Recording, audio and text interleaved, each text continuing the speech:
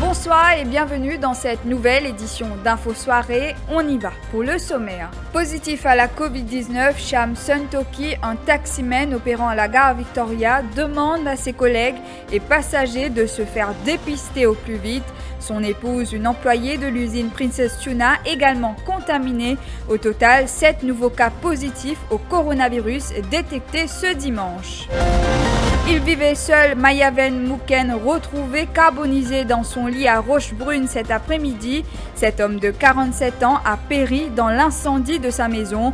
L'origine du sinistre reste à être déterminée. La famille Madou pleure la disparition tragique de Kaviraj Singh. Ce maçon de 44 ans a terminé sa course contre un pylône électrique hier soir à Pleine-Magnan alors qu'il était à moto. Ses proches sont inconsolables. À la une également, des propriétaires de gym brandissent la menace d'une grève de la faim le 28 juin prochain. Ils plaident pour la reprise de leurs activités car leur situation financière se complique. Lupin, la série française la plus populaire de l'histoire de Netflix, est déjà en ligne. Un indice caché annonce l'intrigue de la saison 3. Voilà pour les titres, soyez les bienvenus. La peur du coronavirus gagne les chauffeurs de taxi de la place Victoria après qu'un de leurs collègues a été testé positif à la Covid-19 ce dimanche. Il s'agit de Sham Suntoki, un habitant de Terre-Rouge. Son épouse, une employée de l'usine Princess Tuna, a également été contaminée alors que son frère a été lui placé en quarantaine. Le couple se trouve actuellement à l'hôpital INT. Sham Suntoki demande à ses collègues et passagers ayant voyagé à bord de son taxi de se faire dépister au plus vite. Je suis bien lié, mais dernièrement, il peut toucher, il peut vomir, sur la tête peut faire mal. Là, samedi, je suis dans l'hôpital. Par consulter là, maintenant, nous pour faire des spéciaux. Moi, je suis pas malade, moi, ok, mais les aller, moi aussi, je fais un test. Je ne pas connaître. Alors, nous avons fait un test là. Maintenant, nous, c'est tout correct, je vais vous téléphoner, mais si il y a quelque chose de vous téléphoner. Là, aujourd'hui, je vais téléphoner. Les tout est positif. C'est ça, mais où ça, les là, si tu commences, moi, tu fais ce bon travail, fais tes spéciaux, on va dire, avant de venir là, fais tout le temps, jamais tu peux arriver ça. Bien précaution. Là, je viens là, mon gars, ça, moi, je suis pas taxi, on va pas connaître un peu qui peut arriver. Mais il y a un petit là, va quoi? Moi, madame, c'est oui, il y a un problème. Bon, ça, c'est une bonne nuit, maintenant, puis là, docteur, puis là, non, il y a qui met nous là, c'est un oui. Ben, je veux qu'il y ait contact, moi, mon contact, si je fais un test spécial, de temps, je pourrais être un je ne peux pas connaître comment vous faire. Et au total, 7 nouveaux cas positifs à la Covid-19 ont été détectés cet après-midi. 4 cas ont été recensés suite aux exercices de contact tracing en cours. Les patients étaient déjà en centre de quarantaine.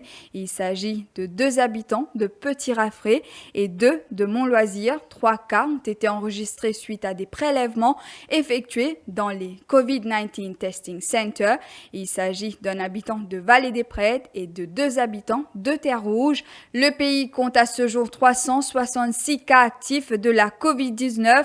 À cet après-midi, 45 patients étaient admis au New ENT Hospital, soit pour de légers symptômes ou en raison des comorbidités préexistantes nécessitant une surveillance médicale. Ce drame à Rochebrune ce dimanche, Mayaven Mouken a péri dans l'incendie de sa maison à Rochebrune cet après-midi. Âgé de 47 ans, la victime vivait seule au premier étage de cette maison. Il a été retrouvé carbonisé dans son lit à l'arrivée des pompiers. L'origine du sinistre reste à être déterminée. La police enquête. La liste des victimes d'accidents de la route s'allonge à 47. La dernière en date, Kavirat Singh Madhu, ce maçon de 44 ans, a terminé sa course contre un pylône électrique hier soir à Pleine-Magnan. Cet habitant de Rosebel est mort sur le coup à Rosebel, chez la famille de la victime. C'est le choc et consternation. Devika, la sœur de Kavirat Singh Madhu, est désemparée. Monsieur téléphone, je mon frère par accident. Elle a déjà monsieur téléphone mon frère, ce portable même. Là, un garçon me prend, il dit moi, je vais prendre ce portable, je vais retourner sur madame. Je vais dire mon frère côté, il dit madame, je vais pas dire où, je vais côté baisser là. Mais à mon téléphone mon grand frère, il commence à pleurer, il dit moi, bien fini aller. Il y a une mauvaise étape, moi je vais raconter comment il était. Même je dirais que ma maman, ici je te finis la nouvelle là. Il va passer pour la famille, il va passer. Mon bébé est malade là, que docteur là. Son mari est venu là, il passe l'école là, il parle là, il est que docteur. Ce petit fille est malade. Un petit fille là, on fait les maçons, il fait tout le travail. Après il est bien content pour ce motocyclette. Quand il a parlé avec ce moto, il y a partout. Il y a le travail avec ce moto même. Mais c'est une fois, il a dit à moi, un jour il parlait de ce motocyclette même, pas connecté. Qui fera le sortir sur la bourse. Mais il y a une fan de motocyclette. Juste moi et lui, je suis content, nous sommes ensemble, la guerre, nous causons, rien, imaginer tout ensemble. Mais hier, nous sommes ensemble. 10 minutes avant moi, je sortis la case. Dernière parole qui m'a dit avec mon frère, il m'a badiner, il prend mon portable. On fait des comptes à badiner, il prend mon portable, mais je te prends mon procédé pour toi, plus qui pour moi. Il compte à cacher ce qu'il nous là. Il prend tout ça pour les cacher. Mais ça badine là, je compte, bien content faire ça. Après, il y a que ça, content mon maman. Comment est-ce que tu travailles, venir une bonne femme. Mais mon maman est bien malade ici avec elle. Il n'est pas bien du tout ici. Là. La police a ouvert une enquête pour faire la lumière sur les circonstances entourant cet accident mortel. Arrêté pour le vol d'un revolver et 4 balles au poste de police d'Abercrombie vendredi soir, le constable Nouroudine Abdul Wahab reste en détention. La police a objecté à sa remise en liberté conditionnelle ce matin lors de sa comparution devant la Bail and Remand Court. Une accusation provisoire de vol a été retenue contre cet homme de 32 ans.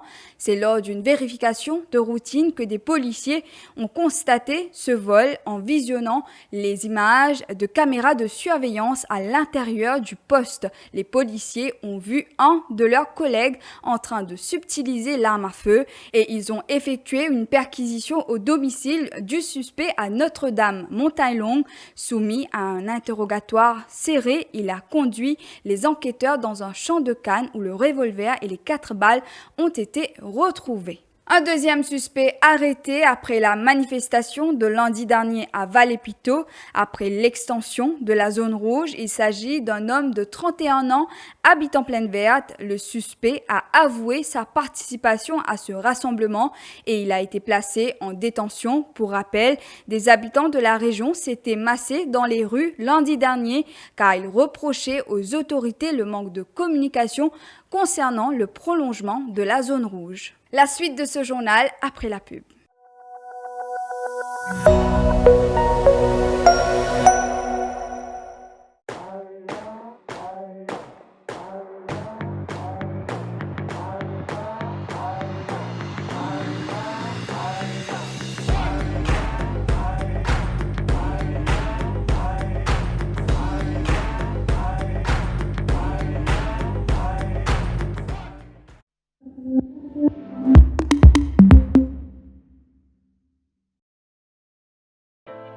To you, what is compliance? It's challenging. Regulations keep changing. Compliance audit? Always a tense period for our team. Being compliant is part of our corporate image. This is why people trust us. Professional support and training would be of great help.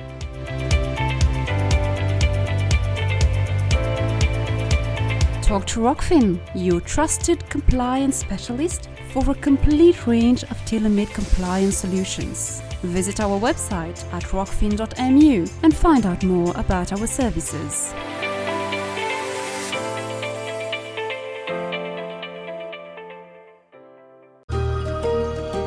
Rooted in Mauritius, expanding to new lands, our boutique management firm serves entities and individuals worldwide for the sustainable growth of their assets.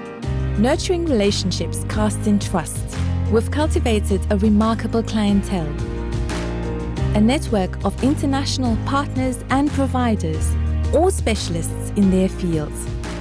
Our dynamic teams generate ingenious solutions adapted to clients' profiles. We maximize yields for rewarding harvests. Juristax. Let's grow together. Macarius Productions is specialized in corporate events with more than 1,000 productions with LED lights, audio and light systems. For concept design, rebranding, product launching, conferences, virtual product launch among others, contact us on events@macariusprod.com. À l'occasion de l'Euro 2020, Kader Electromeubles vous invite à venir faire de bonnes affaires grâce à ses soldes défiant toute concurrence. Le bundle au feu, comprenant un réfrigérateur de 35 litres, une machine à laver 10 kg et un four à micro-ondes de 25 litres à seulement 29 900 roupies. De plus, profitez des prix sensationnels sur les Smart TV Hisense et les aspirateurs de la marque Candy. Pressez-vous, stock limité. Alors n'attendez plus, visitez les 5 showrooms de Kader Electromeubles à Route Royale Rosbel, Route Royale Chemin Grenier, Centre de Flac, Plaine Verte, Port-Louis et à Beauvallon. Livraison gratuite à travers l'île. Toutes les offres sont sur le www.kaderelectromeubles.mu. Appelez-nous sur le 627 26 60 pour vos réservations. OVEC Virtual Education Fair on Tuesday, the 15th June 2021 from 10 a.m. to 2 p.m. for Australia, Asia, UK and Europe universities, and from 6 p.m. to 10 p.m. for Canada and USA universities. Connect with universities from all over the world from your smartphone, PC or laptop. Du confort de votre maison, connectez-vous avec une 60aine d'universités pour vos options d'études et de bourse. Enregistrez-vous dès maintenant au site ovecevents.com. OVEC is an international awards winner.